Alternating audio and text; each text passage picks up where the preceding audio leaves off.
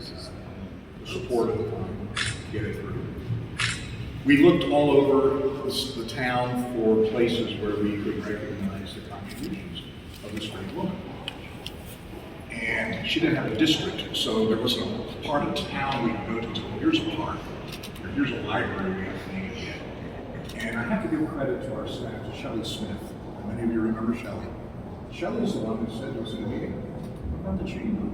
And he was like, boom! I was like, immediately, that's exactly where we should do this, because there's not one single accomplishment you can point to and name that thing, right? Would it be the elimination of the R0 zone that allowed unrelated couples to live together in those parts of town? Was it the developmental disability mill levy? Was it some of our structures, big projects? So this, salt weapons.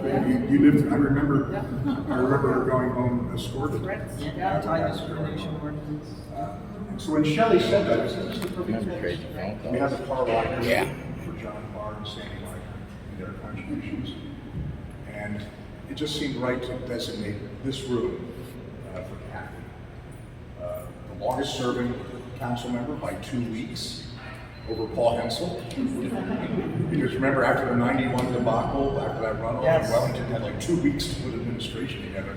We went to the voters and we decided, let's put a little more time in the runoff and others. She got 2 more weeks out of that. So for 2 weeks over Paul Hensel.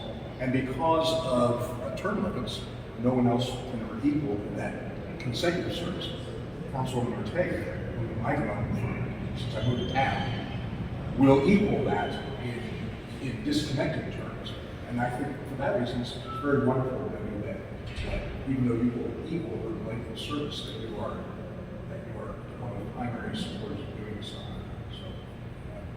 Well, it was an honor to serve with her as well, and I'm really pleased to see that some of her colleagues and my colleagues are here as well to be part of the unveiling. Some of you were here when we actually did the ordinance to do the official naming, but this sort of memorializes it. And we expect to have a plaque that will be inside that will have a little bit more history about Cathy and her contributions to this city. But really just appreciate you all being here today.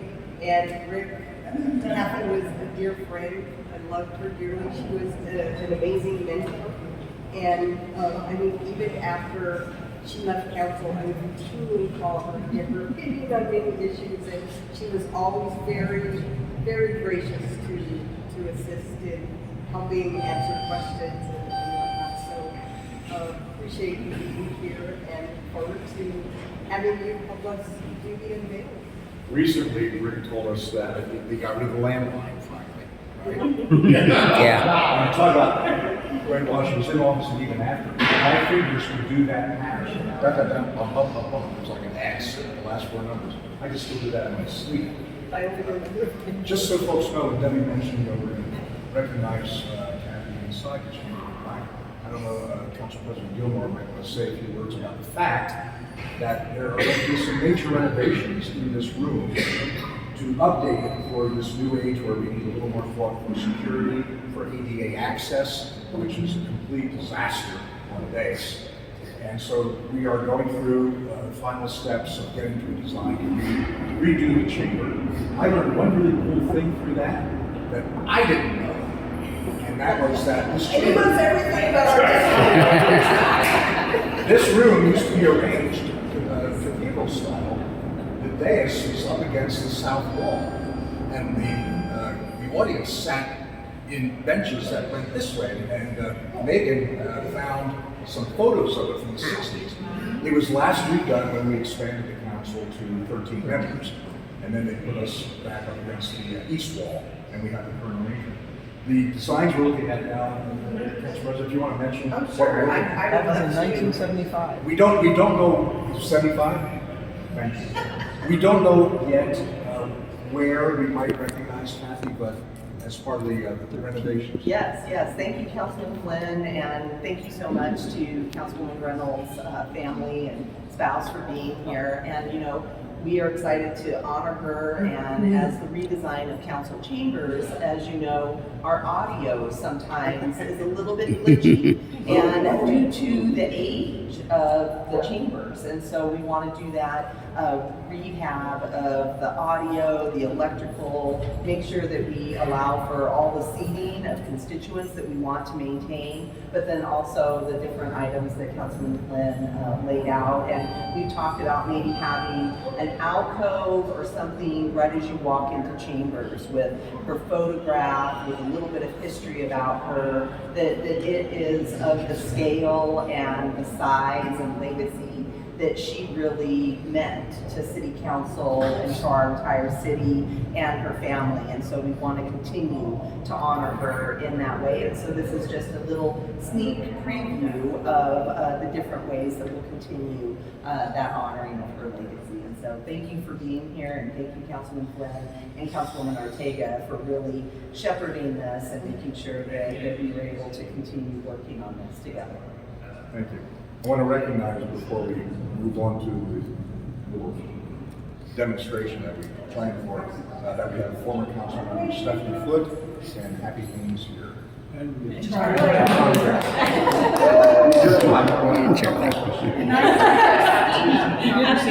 have a cowboy hat on. There was no air conditioning. Oh. We used to have our meetings all night long, and the windows were open and the sirens were Oh, going. yeah. We go in, I'm covered with dirt and dust and asphalt. I remember all that. And can you imagine all that hot air coming into that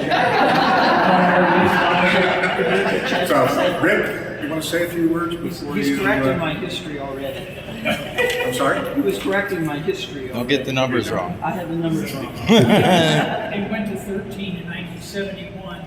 Yes, Irv Hook and Lyndon Blue were the first that's two. right. That's But the right. 11th district was created in 1975. Because it was in the district that Bill served Yeah. was created. Okay. Rick, Sure. for those who don't know, Rick Reynolds is Thank you, Cathy's brother. husband. My councilman. They, Introduce your boys. Yeah. Bob and Matt, our sons, my sons. Everybody? Thank y'all for coming. We appreciate it. Cathy was on a blog kind of a thing, that they send her a question every week. And I have a book at home, about 500 pages of book, where she answered all the questions. And I have a couple here that I'd like to read, if you don't mind. What advice would you give your great-grandchildren? And she replies, always be kind, be honest, work hard and play hard. Stay healthy, listen more than you talk, but don't make it a weapon. Don't listen for wrongs, listen for rights. A loving word is always better than a hurtful retort. Humor is necessary and must be shared. Truth is quiet, lies bluster. Don't forget touching and manners. Please and thank you speak volumes. It's okay to have adversaries, but avoid having enemies. Love your family however you define it. Learn all you can and pass it along. You are entitled to your own opinions, not your own facts. Decide to be happy and laugh. By all means, laugh. Have you ever been given or been the recipient of a random act of kindness? I don't know about random acts of kindness, but I have been the recipient of much kindness. My in-laws for letting me in, the Denver Democratic Party for letting me in, the good old boys of the 1970s Denver government for keeping me safe until I learned the ropes. Kindness is the most undervalued of virtues. Do you believe people can change? Why or why not? I believe people's behavior can change, but not their nature. For example, one can learn to be polite, punctual, and tell a good story. The wear and tear of living can teach us how to best navigate the world with charm and grace. But kindness and meanness just are.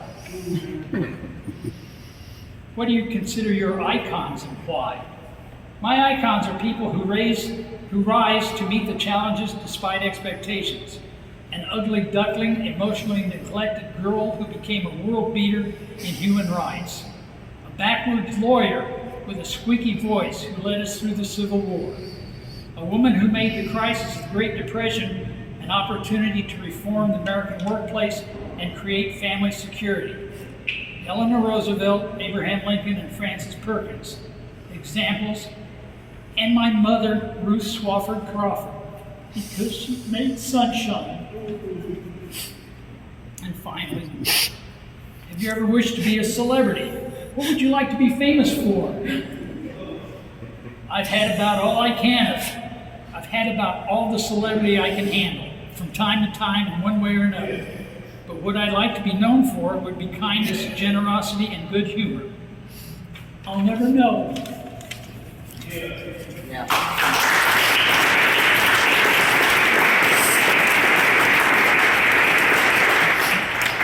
I miss her a great deal, as I'm sure some of the rest of you do too. But I take solace in the fact that I had her all for my own for 60 years. And I can't be more thankful than that. And Debbie, I think I'm looking around. Happy and Debbie are the two that know her the longest, I think, here. You were both Asian. I knew you before I knew her. What? I knew you before I knew her. Yes, you did. She was a student at West High.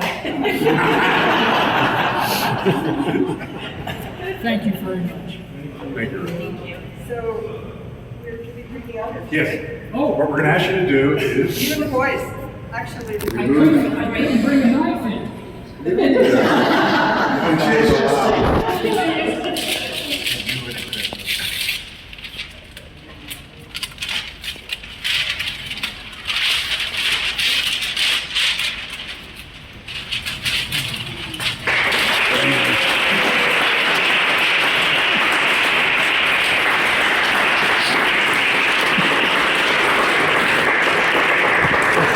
Let's get the three of you standing in front of us. Oh my God.